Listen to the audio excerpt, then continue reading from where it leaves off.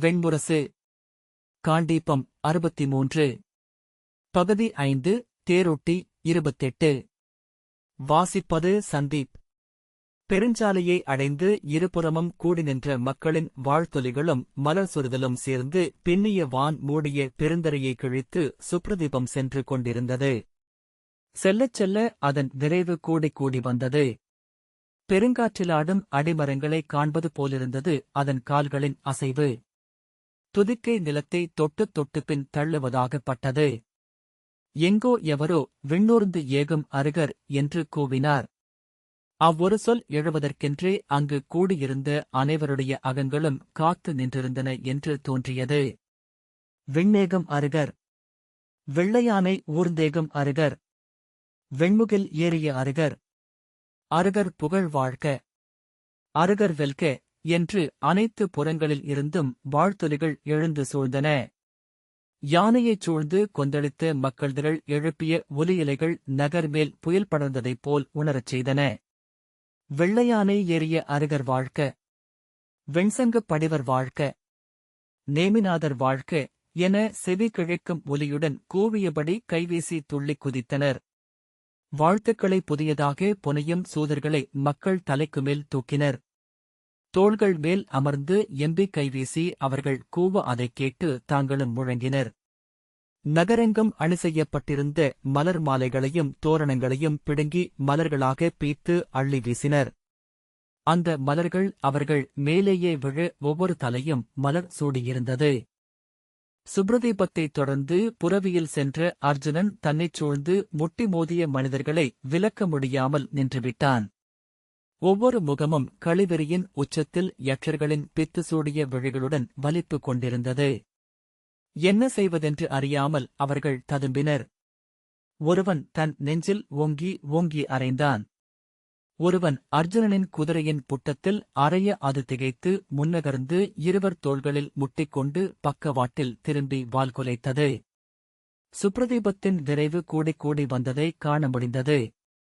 யானையின் விரைவை அதன் கால்கள் உடலைத் தொடும் பொறுத்தில் தசை எந்த அளவுக்கு இழுபடுகிறது என்பதைக் கொண்டே உணர முடியும்.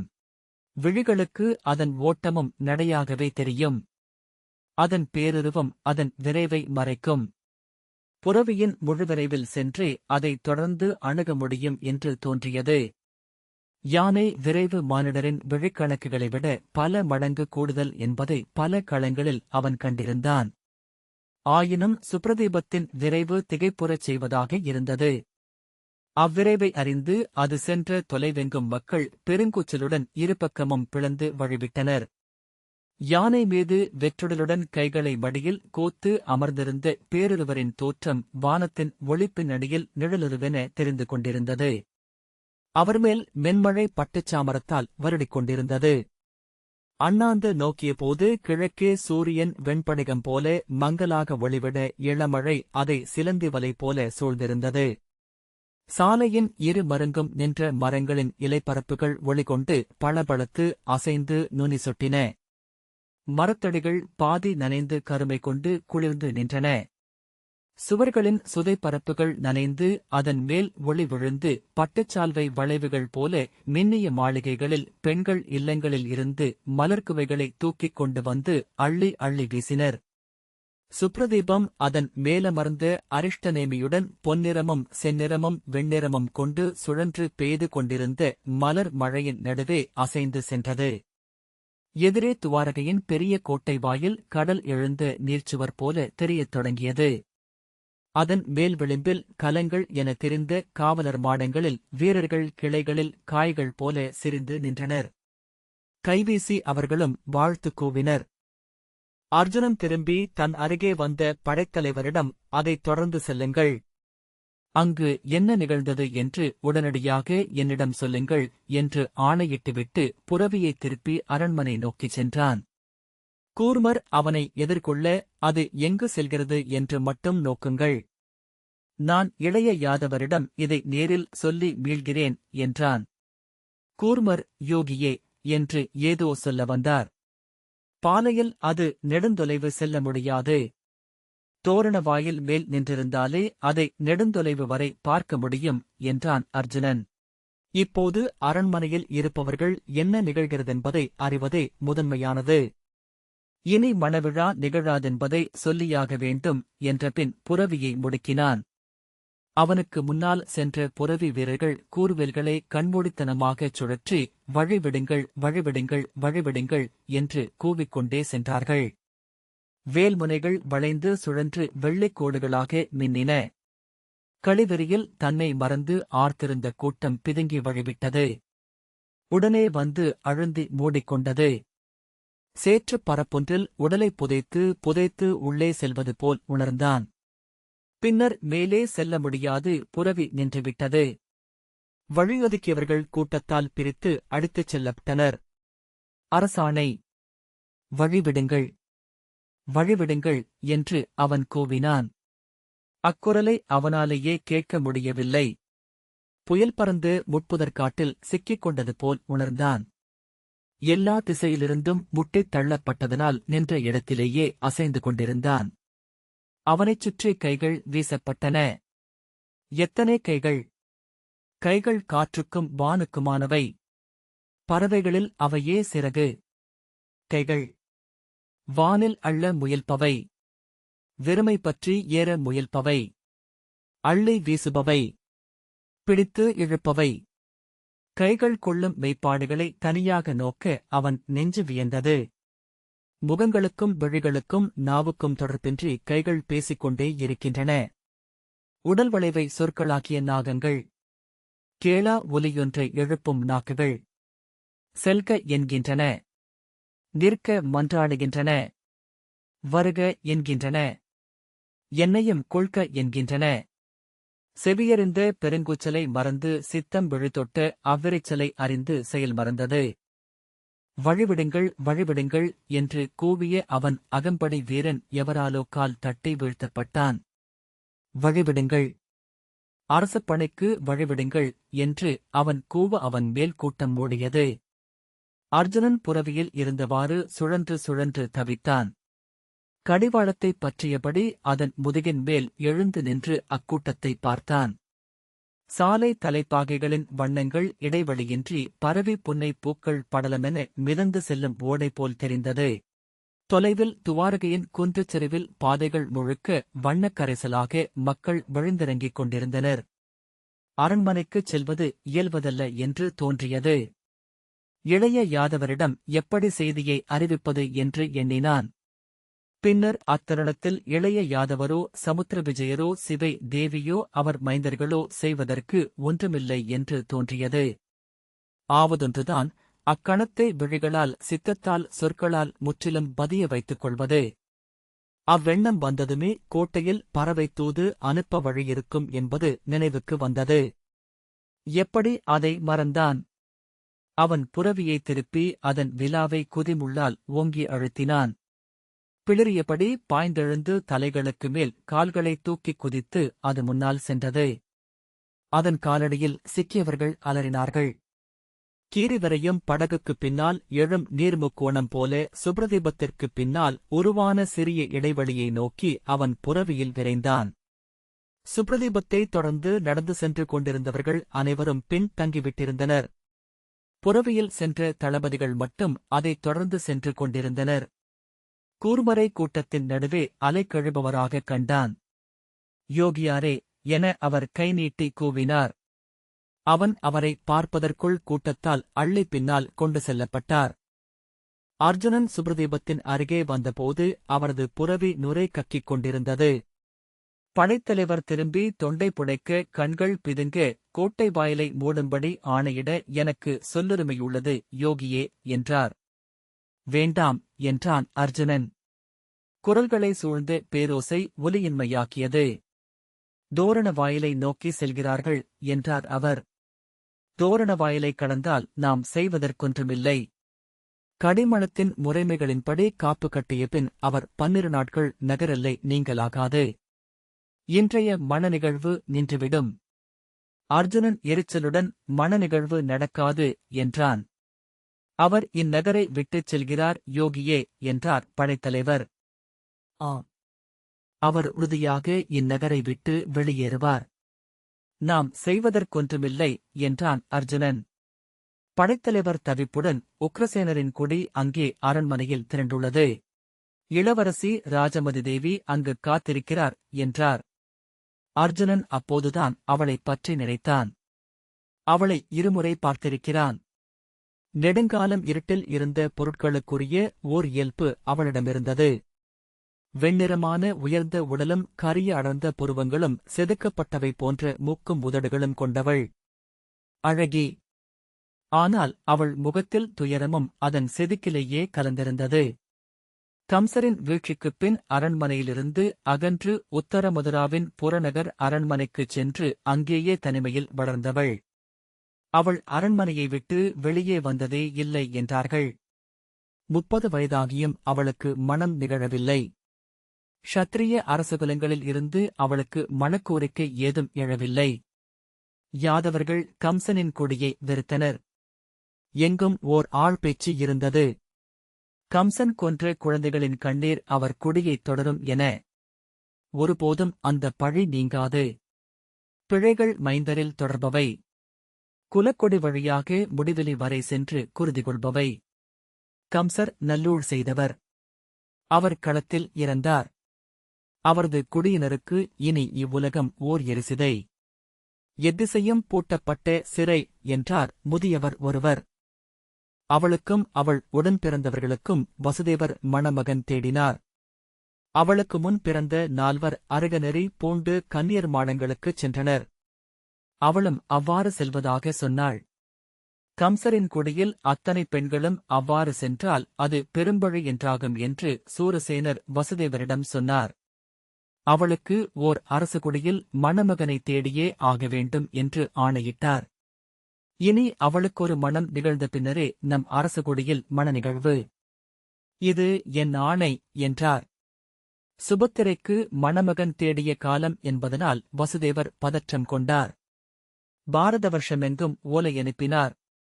நிறைந்த கருவூலத்தையே நிதியென அளிப்பதாகச் சொல்லியும் மறு ஓலை வரவில்லை. அப்போதுதான் சௌரபுரத்தில் இருந்து சமுத்திர விஜயர் துவாரகைக்கு வந்து தன் மைந்தனுக்காக கண்ணீருடன் வேண்டிக் கொண்டார்.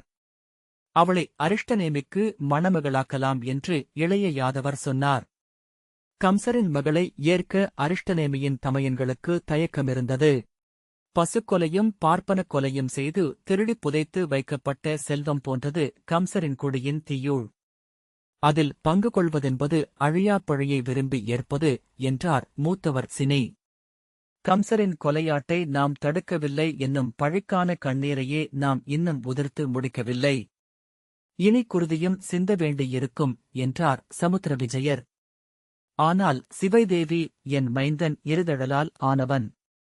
அவன் மேல் எந்த அழுக்கும் ஒட்டாது. அவளை அந்தக் குருதிப் பழியிலிருந்து மீட்பதாகவே அவன் உறவு அமையும் என்றாள்.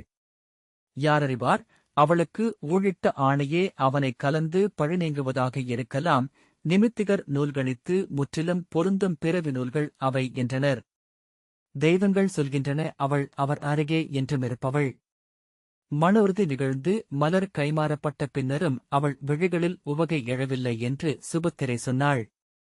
ஏன் அக்கா, உங்கள் விழிகள் அழியா துயர் கொண்டவையாகவே உள்ளன என்றாள். எந்தையால் கொல்லப்பட்ட ஏதோ குழந்தையின் விழிகளாக இருக்கலாம். அவை எனக்கு பிறவியிலேயே வந்தவை என்றாள் ராஜமதி. இம்மண்ணில் இன்றுள்ள மானுடரிலேயே பேரழகரை கணவனாக கொள்ளவிருக்கிறீர்கள் அக்கா என்றாள் சுபத்திரை. பாரத வருஷம் விழுந்து வணங்கும் கால்கள் அவை என்கின்றனர் நிமித்திகர். அவள் மெல்ல புன்னகை புரிந்த போதும் கண்கள் துயர் கொண்டவையாகவே இருந்தன. ஆம், அவற்றில் நானும் பணியும் நல்லூழ் கொண்டவளானேன் என்றாள். அவள் அஞ்சுகிறாள். ஐயம் கொண்டிருக்கிறாள். பழிகோரும் பிள்ளைத் தேவங்கள் அத்தனை எளிதாக தன்னை விட்டுவிடாதென்று எண்ணுகிறாள் என்று சுபத்திரை அவனிடம் சொன்னாள். ஆனால் நிமித்திகர் அவரை நீங்காமலிருப்பாள் என்று உறுதி சொல்கிறார்கள். இளைய தமையன் எதையும் வீணே சொல்பவரல்ல என்று நானும் அறிவேன்.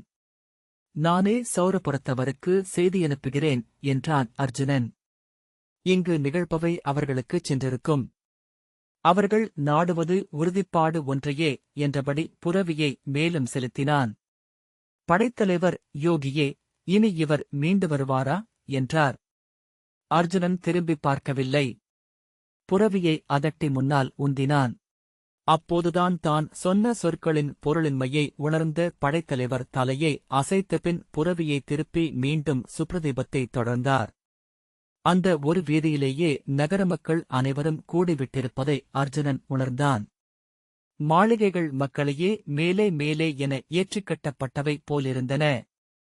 மாளிகைகளின் மேல் நின்று கூவி ஆர்த்தவர்களில் இளம்பெண்கள் பலர் இருந்தனர். அவர்கள் கொண்டாடுபவர் ஒரு பெண்ணை உதறி நகர்விட்டுச் செல்பவர். அப்பெண்ணுடன் அவர்கள் தங்களை இணைத்துக் கொள்ளவில்லையா? அவர்களுக்கு துயரோ சினமோ இல்லையா? அவர்கள்தான் நேற்று வரை அந்த மணநிகழ்வை களியாட்டமாக கொண்டாடியவர்கள். அப்போது மதுராவின் இளவரசி ராஜமதியாக இருந்தார்கள். அப்போதே அதை நோக்கி பொறாமை கொண்டிருந்த பிரிதுருத்தி அவர்கள் அனைவருக்குள்ளும் இருந்தாள் போலும். இப்போது இவர்கள் மகிழ்வது ராஜமதியின் இழப்பையா? அவர்களின் ஆழம் கொண்ட வஞ்சத்தையா? இல்லை என அர்ஜுனன் தலையசைத்தான். இவர்கள் கொண்டாடுவது அவரது முழுமையை.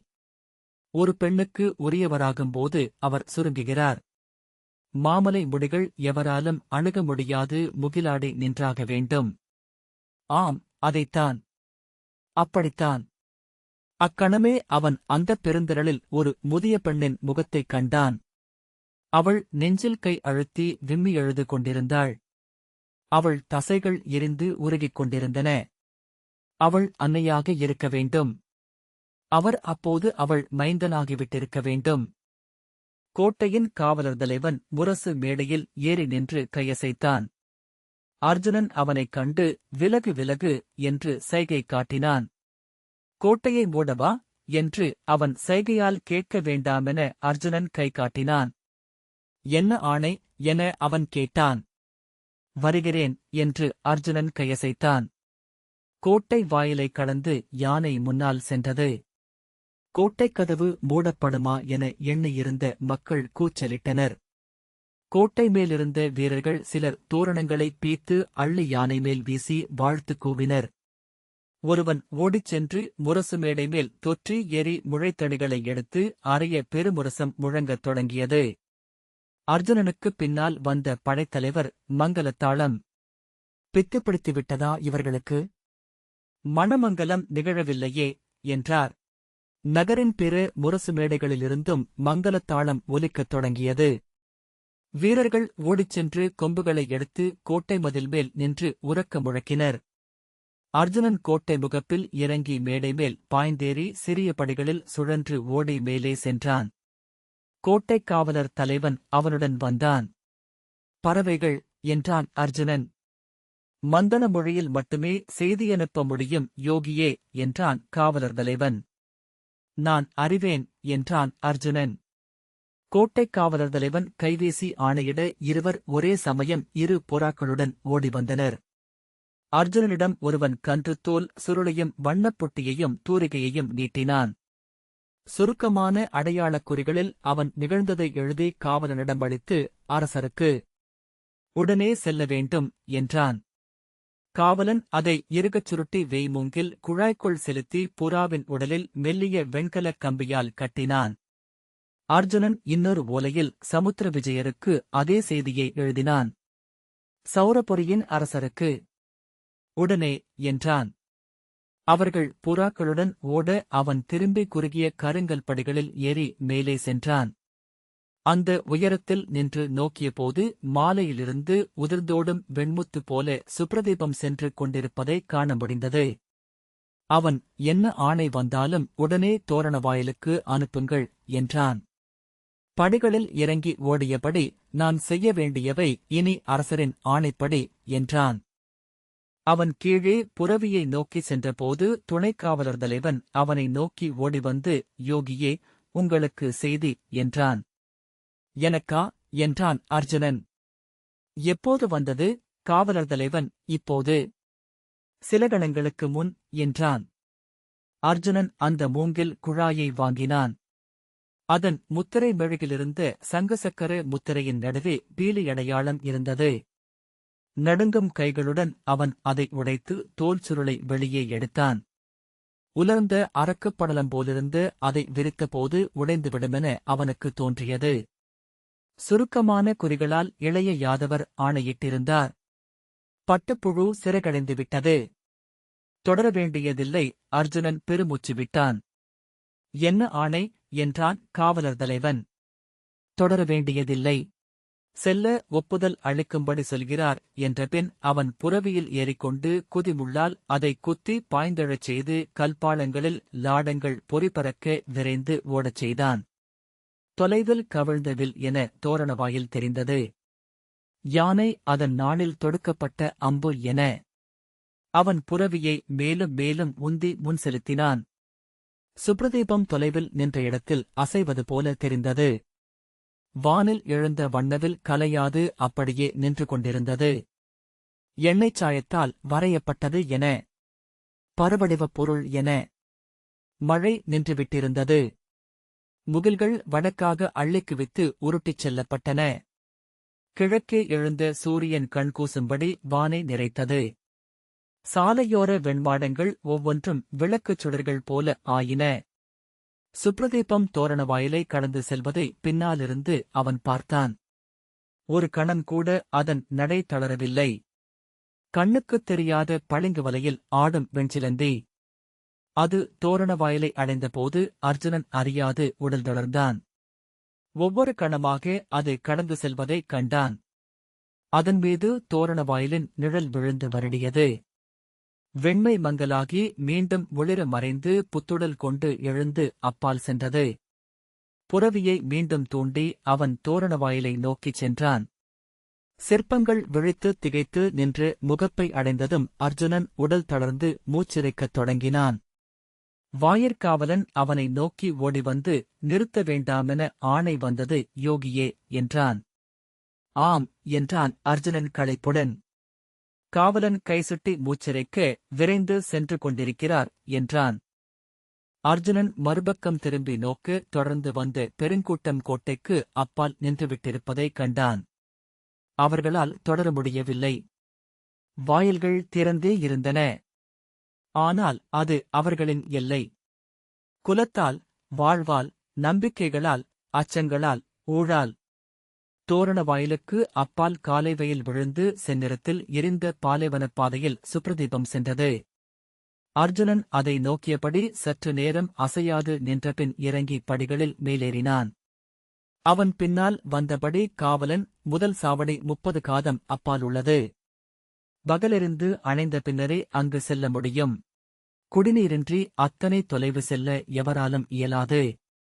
யானை 10 காதம் கூட செல்ல முடியாது. அவர் வழியிலேயே விழுந்து விடுவார் என்றான். அர்ஜுனன் ஒன்றும்